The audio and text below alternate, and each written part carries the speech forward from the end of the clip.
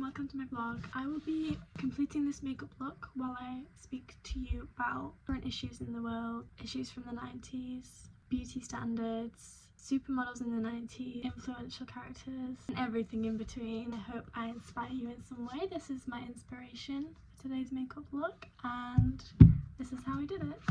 The Trinity, or the Holy Trinity as they were called in the 90s. Three were the main body of the big six during the 90s. They were the originals. They were so well known all across the world.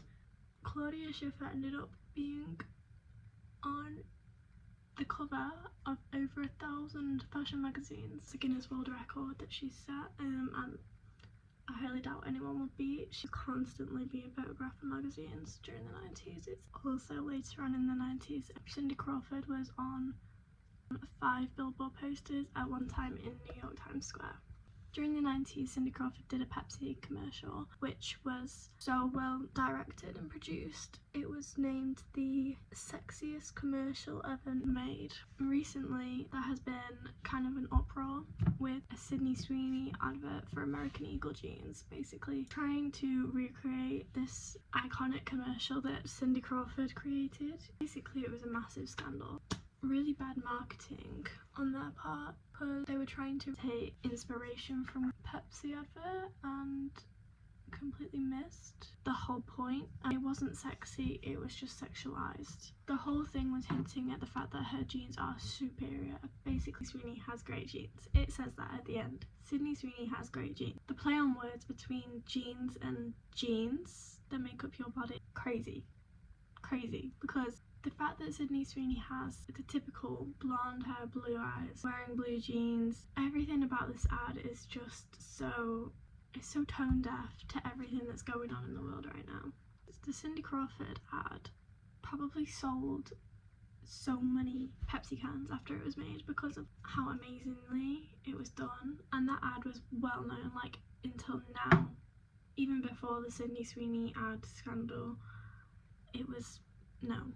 This brings me quite nicely onto the beauty standards that we have nowadays versus beauty standards that the world had in the 90s. Beauty standards have become so unrealistic these days that no one can keep up with any sort of trend that is going on.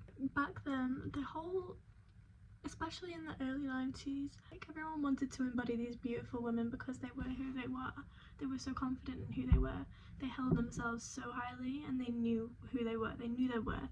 We see this especially when Linda Evangelista says we won't get out of bed for less than $10,000, and I think that is an amazing act of feminism, really. They know their worth as models, they know their worth as people. They know they're the most beautiful people in the world at that time. Then later on in the 90s, when Kate Moss sort of joined the Big Six, she has such an individual, different look to how everyone else looked at that time.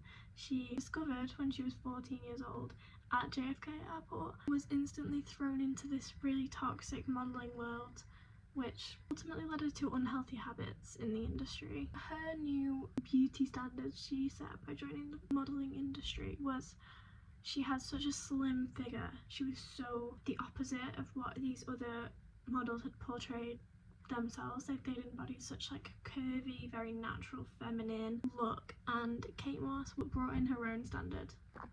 During this time when Kate Moss was originally introduced, the president at the time, Bill Clinton, he openly spoke about how this heroin chic that Kate Moss supposedly embodied, her she was so young, was harmful for young people in the world. It was an unrealistic beauty standard to be setting to these people, and when Kate Moss entered the modelling industry, she almost made these previous models rethink what they were doing. So they started to criticise themselves, want to change themselves. This had a very detrimental effect on Linda Evangelista, as she decided to get done a fat freezing procedure called cool sculpting, which didn't work on her. There was a 1% chance this specific reaction could happen, and it happened to her very sadly. She's tried to have liposuction done, not able to be fixed. This is an example of the risk that can come with trying to change yourself to fit into a beauty standard. Ultimately, no one's going to stay perfect forever. Everybody ages. Someone I think is a really good example to follow nowadays in the industry is Hailey Bieber. She has spoken about how she's against any sort of like plastic surgery or fillers. The only kind of Botox she's had is in her jaw because she has issues with pain in her jaw.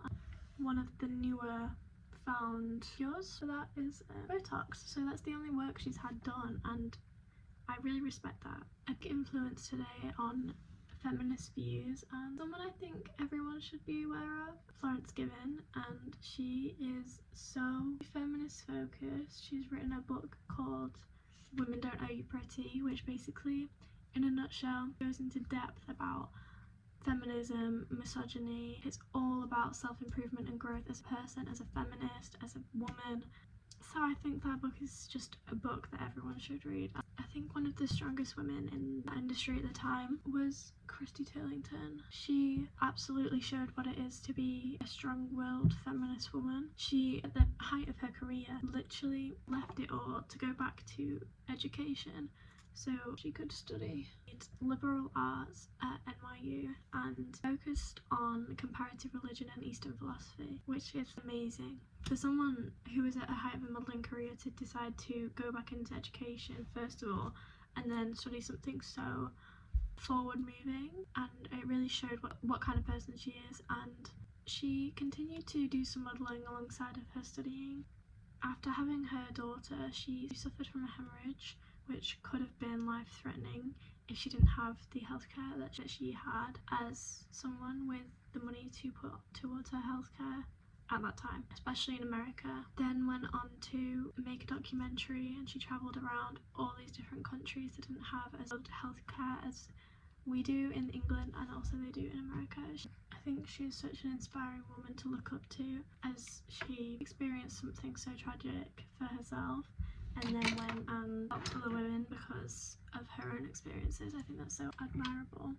I personally find Christy Turlington an amazing person to look up to because she has proven that it is more important to be who you are as a person rather than just a pretty face, doing in life what you want to do rather than just focusing on what people think you're good for, which is so amazing.